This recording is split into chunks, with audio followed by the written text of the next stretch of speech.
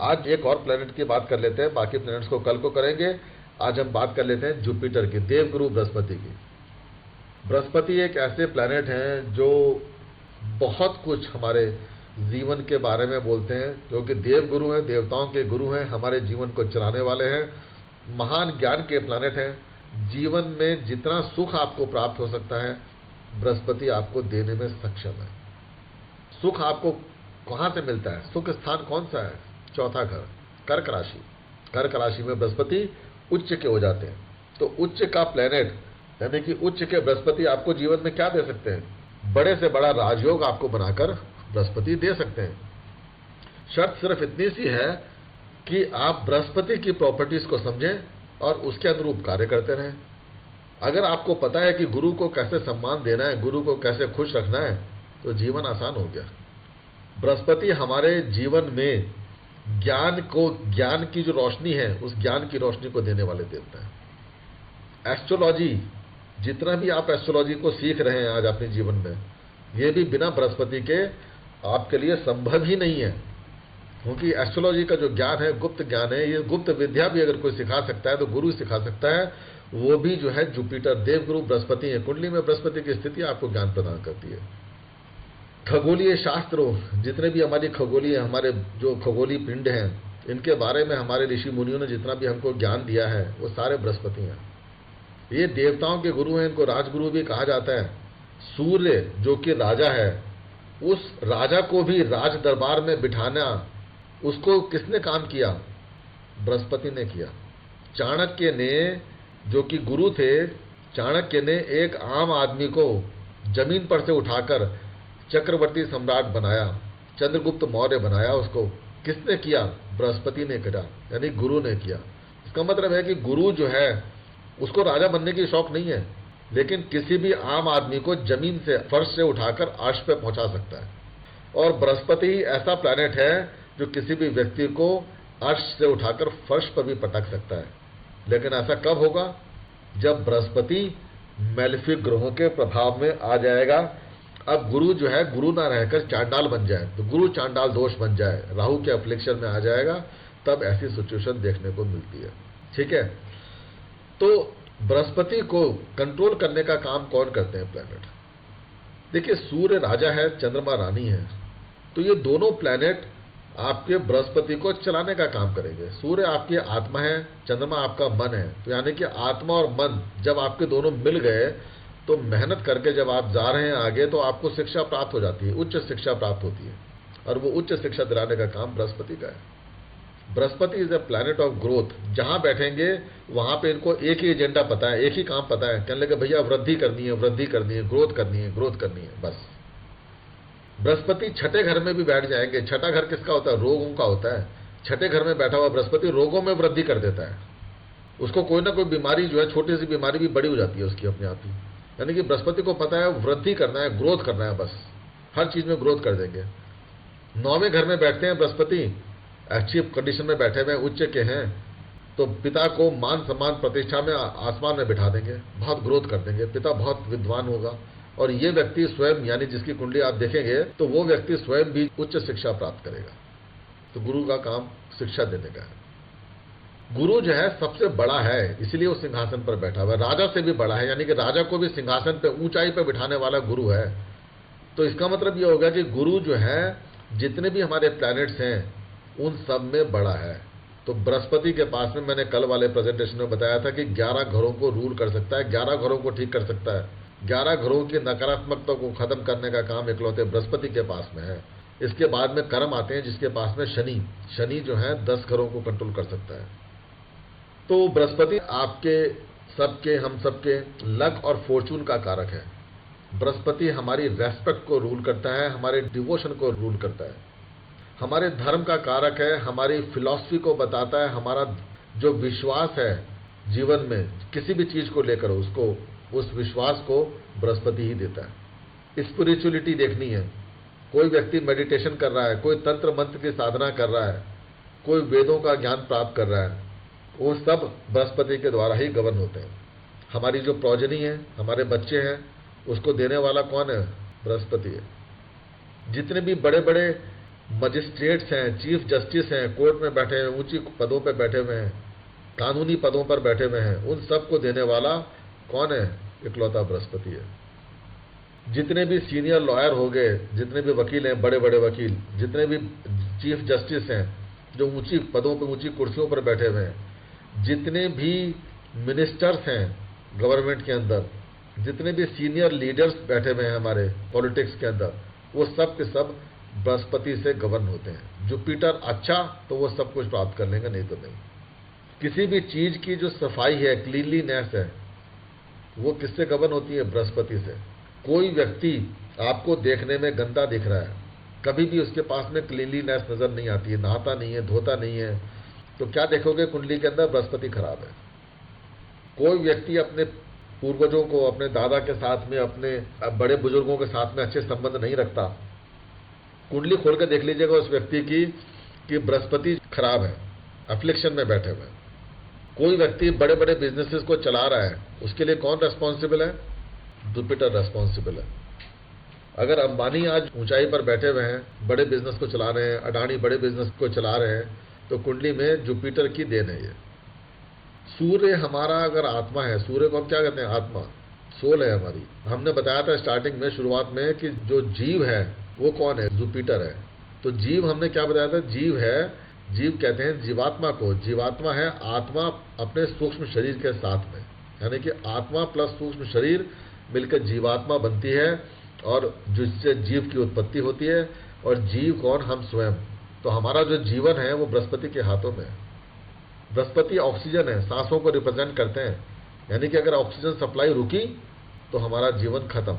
तो जब तक जुपिटर की ऑक्सीजन चलती है हमारे शरीर के अंदर, तब तक हम अपना कार्य कर रहे हैं। मंगल खून है, और क्योंकि वो सेनापति है, तो सेना जो है उसके पास में जिम्मेदारी है कि राज्य की सीमाओं की सुरक्षा करना और राज्य की सीमाओं का एक्सपेंशन करना। दो जिम्मेदारियां उसको दी गई हैं। जिम्मेदारी किसने दी? सूर्य ने दी। सूर्य कौन है? राजा है, आत्मा ने दी। तो बृहस्पति को मित्र बनाया। बृहस्पति ऑक्सीजन है, और राजा का राज्य क्या है? ये जो शरीर है हमारा, भौतिक शरीर, ये राजा का राज्य है। आत्मा इसी के अंदर बैठी हुई है। तो सबसे पहली बात यह है कि शरीर के अंदर ग्रोथ हो। छोटा सा बच्चा जो आपका 1 किलो का था, 1.5 किलो का था, वो 80 किलो का जो है इंसान बन गया। तो इतना बड़ा जो ग्रोथ हुई है, वृद्धि हुई है, राज्य के सीमाओं में जो एक्सपेंशन हुआ है, यानी कि सेल्स में जो ग्रोथ हुई है, ये किसने दी है ग्रोथ? ये ग्रोथ दी है जुपिटर ने। जुपिटर ऑक्सीजन है, लेकिन ये ग्रोथ कैसे पहुंची वहां तक? ये ग्रोथ पहुंची है जुपिटर के कारकत्व के माध्यम से, आपके लीवर के माध्यम से। लीवर क्या करता है? जुपिटर को रिप्रेजेंट करता है। और लीवर क्या काम करता है? जूसेस सिक्रेट करता है, जो कि सूर्य का, यानी कि जो सूर्य की एनर्जी जो आपके पेट में पड़ी हुई है, जो फूड है, वो उस जूसेस को डाइजेस्ट करके एनर्जी में कन्वर्ट करके मंगल को एक्टिवेट करता है। मंगल कौन है? खून है, और जुपिटर का परम मित्र है। तो मंगल क्या करता है? दौड़ दौड़ कर शरीर के हर हिस्से में जाकर जितने भी सेल्स हैं उनको ऑक्सीजन की सप्लाई करता है। जब हर सेल को ऑक्सीजन सप्लाई होती है, यानी हर सेल में जीवन आता है, तो क्या होता है? सेल में ग्रोथ होती है। ऑक्सीजन क्या है? ऑक्सीजन की वजह से ग्रोथ होती है। तो ग्रोथ जब मिलती है सेल्स को, तो हमारा शरीर एक्सपेंड करता है, बड़ा होती है। और इसीलिए हनुमान जी के पास में एक सिद्धि थी कि शरीर को बड़ा करने की, यानी कि उनको अपने जुपिटर को, यानी ज्ञान के प्लैनेट को कंट्रोल करना आता था। जुपिटर कैसे कंट्रोल करना है वो भगवान हनुमान जी को पता है। और मंगल कौन है? हनुमान जी स्वयं है। यानी मंगल को पता है जुपिटर को कैसे कंट्रोल करना है, हाथी को कैसे कंट्रोल करना है। He knows it very well. कैसे उससे बड़े बड़े कार्य कराना है, यानी कि एक्सपेंशन कैसे करना है, कॉन्ट्रैक्शन कैसे करना है, उसको पता है। क्योंकि ज्ञान गुण सागर, हनुमान जी को बोलते हैं गुणों के सागर हैं, ज्ञान के सागर है। और जुपिटर कौन है? ज्ञान है। तो इसीलिए जो है मंगल के माध्यम से जुपिटर हमारे राज्य की, यानी कि राजा के सीमाओं की सुरक्षा कर रहा है। मंगल ये इंश्योर कर रहा है कि कोई भी सेल मर ना जाए, रसद सामग्री उसके पास तक समय समय पर पहुंचती रहे। नहीं तो क्या होगा? शरीर का वो अंग गल जाएगा, सड़ जाएगा, सेल मर जाएगा, डेड हो जाएगा बॉडी के अंदर। तो इसलिए उसको ऑक्सीजन सप्लाई देने का काम मंगल करता है, यानी खून। खून हमारे शरीर में हार्ट के माध्यम से, यानी चंद्रमा के माध्यम से फ्लो कर रहा है आपके ब्रेन से लेके पैरों तक और पैरों से लेके ब्रेन तक पूरा का पूरा जो दौड़ दौड़ के काम कर रहा है, ये मंगल की एनर्जी काम कर रही है, जो सूर्य और बृहस्पति के द्वारा मंगल को मिली है। देखिए, आपको ये पता है कि जो भृगु ऋषि की जो लीनियज को फॉलो करते हैं, भृगु ऋषि के संतान कौन थे? शुक्र थे, दानव गुरु शुक्राचार्य। बृहस्पति जो है अंगिरा ऋषि की लीनियज से है, यानी कि अंगिरा ऋषि के जो पुत्र थे वो बृहस्पति थे। और दोनों ही ऋषि भृगु और अंगिरा, ये दोनों के दोनों कजन ब्रदर हैं भगवान ब्रह्मा की उत्पत्ति ही कजन ब्रदर हैं। और इसी तरह से शुक्र भी और बृहस्पति भी, ये भी कजन ब्रदर्स हैं, लेकिन अलग अलग लीनियज को फॉलो करने के वजह से, अलग अलग सोच को फॉलो करने के वजह से, क्योंकि एक दीति के पुत्र हैं, एक अदिति के पुत्र हैं, उसके वजह से ये अलग अलग हो गए। एक दानव को सपोर्ट कर रहे हैं, एक देवताओं को सपोर्ट कर रहे हैं। तो जुपिटर और शुक्र की आपस में मेल नहीं हो पाता, तो ये चीज आपको ध्यान रखना पड़ेगा। तो मैंने आपको बताया था कि अगर जुपिटर अच्छा, तो आपके कुंडली में जितने भी दोष हैं उसमें से ज्यादातर दोषों का अकेला जुपिटर ही नाश कर सकता है। जुपिटर बहुत पवित्र है, सबसे ज्यादा पवित्र प्लैनेट है, सबसे ज्यादा शुभ और मंगलकारी प्लैनेट है। जुपिटर को केसर कहा जाता है, और केसर जो है, सैफरन, एक ऐसी चीज है जो हमारे शरीर में ऊर्जा प्रदान करने का काम करती है। बहुत ताकत होती है, बहुत एनर्जी होती है, लेकिन गर्म भी होती है केसर। तो इसलिए वो जो गर्मी और जो ऊर्जा, वो जो शक्ति है, वो जुपिटर की, वो केसर में मिल जाती है। देवताओं के गुरु हैं ये। जुपिटर जो है एक ऐसी क्षमता देते हैं किसी भी व्यक्ति को कि माइंड रीडर बना देते हैं। किसी को देखते ही कोई उसके बारे में बोलने लग जाए, प्रेडिक्शन करने लग जाए, वो गुरु यानी जुपिटर होता है। आपने देखा होगा बहुत सारे ऋषि मुनि जो बहुत बड़ी तपस्या करते हैं, ऐसा ज्ञान प्राप्त कर लेते हैं जो देखते के साथ ही किसी व्यक्ति को, उसके दिमाग को पढ़ लेते हैं कि उसके दिमाग में क्या चल रहा है। तो जुपिटर के पास में वो क्षमता है। जुपिटर जो है देवताओं के भी बहुत प्रिय हैं, ना सिर्फ ये सब जगह पे सबके प्रिय हैं, लेकिन देवताओं के भी प्रिय हैं। यहाँ पे शुक्र इनसे शत्रुता नहीं करते, ध्यान रखिएगा। दानव गुरु शुक्राचार्य भी जुपिटर से शत्रुता नहीं करते। जो व्यक्ति बृहस्पति की पूजा पाठ करता रहता है, अपने बड़े बुजुर्गों का सम्मान करता है, श्राद्ध कर्म वगैरह करता रहता है, मंदिर जाता रहता है, वेद शास्त्रों से जुड़ा हुआ रहता है, अपने अच्छे कर्मों में लिप्त है, जो सामाजिक कर्म कर रहा है कुछ ना कुछ, तो निश्चित जानिए कि बृहस्पति के द्वारा जो मिलने वाली जो बीमारियां हैं वो नहीं हो पाएंगी, उसको वो नहीं आएंगी, उसको परेशान नहीं करेंगे जिंदगी में। बृहस्पति जो है कौन सी बीमारी देते हैं? बीमारी देते हैं बलगम से संबंधित, जो कफ होता है, लोगों के गले में खांसते कफ आ जाता है, खून की बीमारी हो जाती है, उसके थाइज में, यानी कि थाइज में, जांघों में बीमारियां हो जाती हैं, उसको लीवर किडनी की बीमारी हो जाती है, कोई मोटा हो जाता है, बिल्कुल हाथी जैसा मोटा दिख रहा है, वो बृहस्पति की बीमारी है। किसी को नसों से संबंधित और आर्टरी से संबंधित, दिल से संबंधित बीमारी हो जाती है, आर्टरीज में चोकिंग होनी शुरू हो जाती है, वो बृहस्पति की बीमारी है। दिल के अंदर स्टेंट डालने की नौबत आ गई तो स्टेंट तभी पड़ेगा जब जुपिटर खराब होगा, नहीं तो नहीं होगा। किसी को सुनने की क्षमता खत्म हो गई, उसको ढंग से सुनाई नहीं दे पा रहा, जुपिटर कमजोर हो गया। किसी को, बच्चों को जॉइंटिस हो जाती है, पीलिया, किसी को आर्थराइटिस हो रही है, किसी के शरीर में सूजन आ रही है, किसी को ट्यूबरक्लोसिस हो जाता है लंग्स के अंदर, कौन देगा बीमारियां? बृहस्पति देंगे। किसी को हड्डियां जो है डीजनरेट होने लग जाती हैं, किसी को पाइल की बीमारी होती है जो मंगल देता है, लेकिन उसके लिए जुपिटर भी रेस्पॉन्सिबल है। किसी को ट्यूमर हो रहा है, किसी को डायबिटीज हो रही है, कौन रेस्पॉन्सिबल है? प्लैनेट है जुपिटर।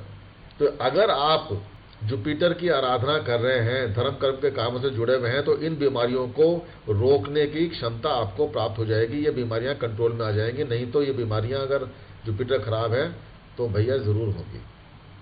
जुपिटर धनु राशि और मीन राशियों को ओन करते हैं, उसके मालिक हैं। कर्क राशि में यानी चंद्रमा की राशि में जाकर ये एक्सॉल्टेशन में चले जाते हैं, उच्च के बनते हैं, और शनि की राशि यानी कैप्रिकॉर्न राशि में जाकर वहां पे नीच के हो जाते हैं। क्यों होते हैं नीच के?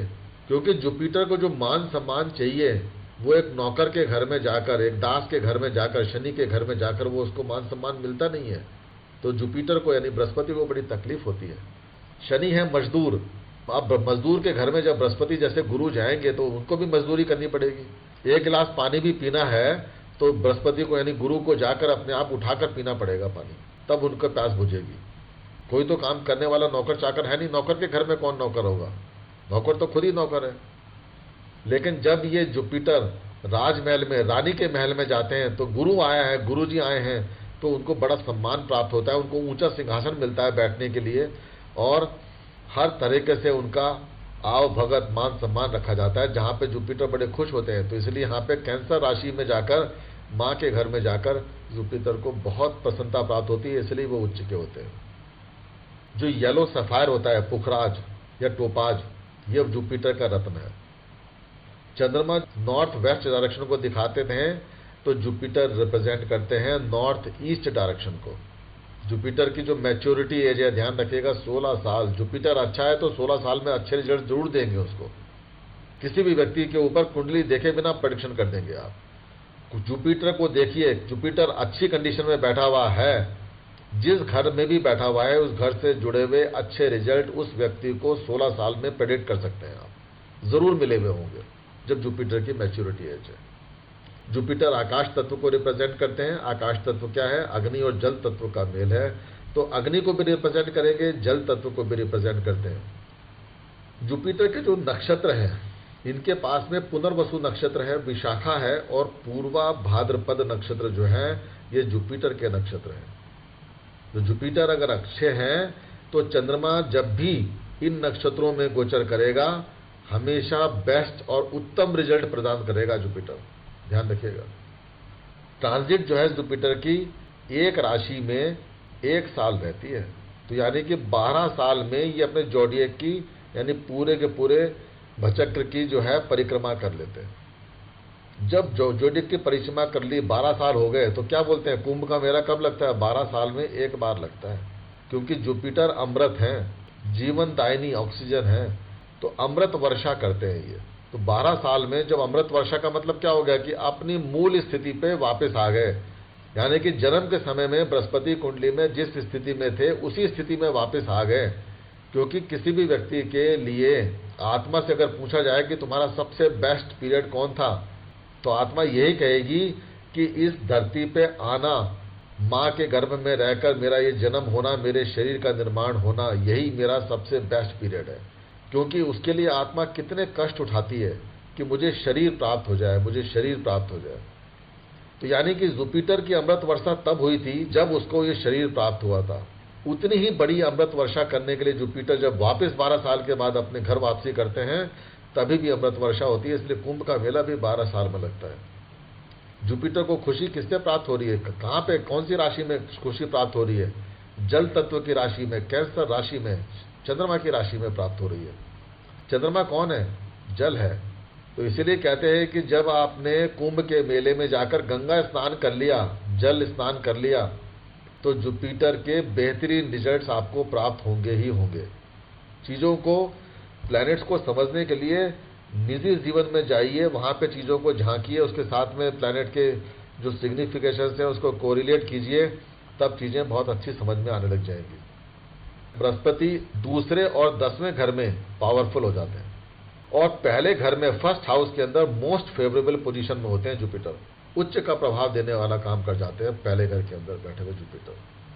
पहले घर में, फर्स्ट हाउस में अगर कर्क राशि पड़ी हुई है, यानी कि कर्क लगन की कुंडली है और जुपिटर लगन में ही बैठे हुए हैं, क्या नाम, प्रतिष्ठा, मान, सम्मान, जो कुछ भी आप एक्सपेक्ट कर सकते हैं किसी व्यक्ति के लिए जीवन में, सब कुछ जुपिटर प्रोवाइड करा देंगे। संतान से सुख प्रोवाइड करा देंगे, भाग्य को बना देंगे, बहुत अच्छी एजुकेशन करा देंगे, अच्छी नौकरी दिला देंगे, हर चीज में संपन्नता और हर चीज में ग्रोथ ही ग्रोथ मिलेगी आपको। मकर राशि में जुपिटर नीच के हो जाते हैं, तो अगर जुपिटर मकर राशि में नीच के हो जाते हैं तो 10वें घर में पावरफुल कैसे हो सकते हैं जुपिटर? जरा सोच के देखिए। हमारे ऋषि मुनि पागल नहीं थे, बेवकूफ नहीं थे वो। आपको पता होगा कि जितने भी शुभ ग्रह हैं, शुभ ग्रह कौन से हैं? चंद्रमा है, शुक्र है, बुध है, बृहस्पति है, ये सब शुभ ग्रह हैं। तो शुभ ग्रह जिस घर में भी बैठते हैं उस घर की हानि करते हैं, लेकिन शुभ ग्रहों की दृष्टियां जिन घरों पे पड़ती हैं वहां पे अमृत वर्षा होती है, वहां पे वो फायदा करती है। तो जुपिटर अगर 10वें घर में बैठेंगे तो कामकाज को तो नुकसान पहुंचाएंगे, यानी कि वो आदमी पूरी तरह से काम तो नहीं कर पाएगा, लेकिन उसकी दृष्टि पड़ेगी कहां पे? 10वें घर में बैठे हुए जुपिटर की दृष्टि पड़ती है चौथे घर के ऊपर और छठे घर के ऊपर और दूसरे घर के ऊपर, तो अर्थ त्रिकोण को जुपिटर ने एक्टिव कर दिया नहीं कर दिया? तो अर्थ त्रिकोण में भी अर्थ त्रिकोण के शीर्ष पर बैठा हुआ प्लैनेट जुपिटर क्या आपसे कर्म नहीं करवाएगा? क्या आपसे नौकरी नहीं करवाएगा? आपको नौकरी में सफलता देगा, जरूर देगा। क्या आपको अर्थ प्राप्ति नहीं कराएगा? दूसरे घर में आपका धन का स्थान है, धन कुटुंब वाणी का स्थान है, क्या आपको वाणी में सौम्यता मधुरता नहीं देगा? क्या आपको ज्ञानी नहीं बनाएगा? क्या आपको अच्छी एजुकेशन नहीं देगा? जरूर देगा। आपके पास में क्या वेल्थ की एक्यूमुलेशन नहीं कराएगा? बिल्कुल कराएगा। छठे घर पे दृष्टि पड़ेगी तो छठा घर क्या है? छठे घर से आप अपना कर्म कर रहे हैं, डेली वेजेस कमा रहे हैं, तो क्या आप नौकरी नहीं करेंगे? बिल्कुल अच्छी नौकरी कर सकते हैं आप। और जुपिटर किस तरीके की काम करवाएंगे आपको? मान सम्मान पद प्रतिष्ठा वाला, यानी कि सम्मानजनक कार्य कराएंगे। आप व्हाइट कॉलर जॉब में रहेंगे तो 10वें घर में बैठा हुआ जुपिटर भले ही चाहे नीचता को दिखाता हो वहां पे कैप्रिकॉर्न साइन में, फिर भी अच्छे रिजल्ट्स देने की सामर्थ्य रखता है। बस शर्त सिर्फ इतनी सी है कि पापी ग्रहों का टोला इसके साथ में ना बैठा हो और ना ही इनको खराब कर रहा हो।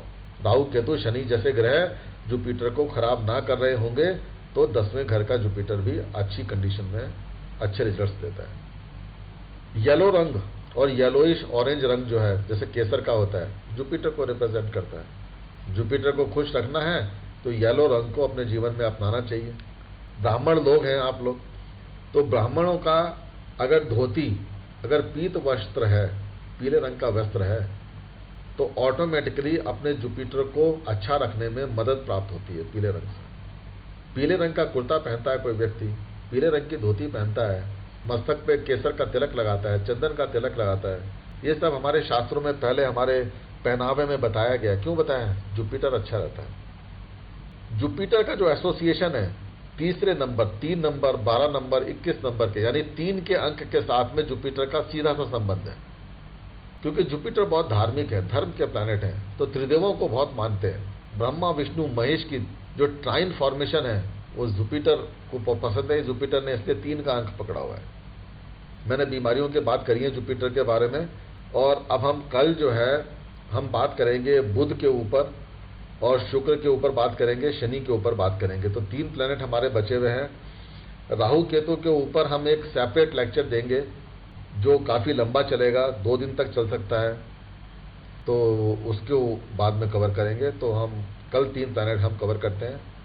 उसके बाद में समरी देंगे, मैं समरी दूंगा कि प्लैनेट्स और उनकी सिग्निफिकेशन जो हमने डिस्कस करी है वो रियल लाइफ में किस तरह से बनती हैं, वो मैं बताऊंगा इसके बारे में। ठीक है।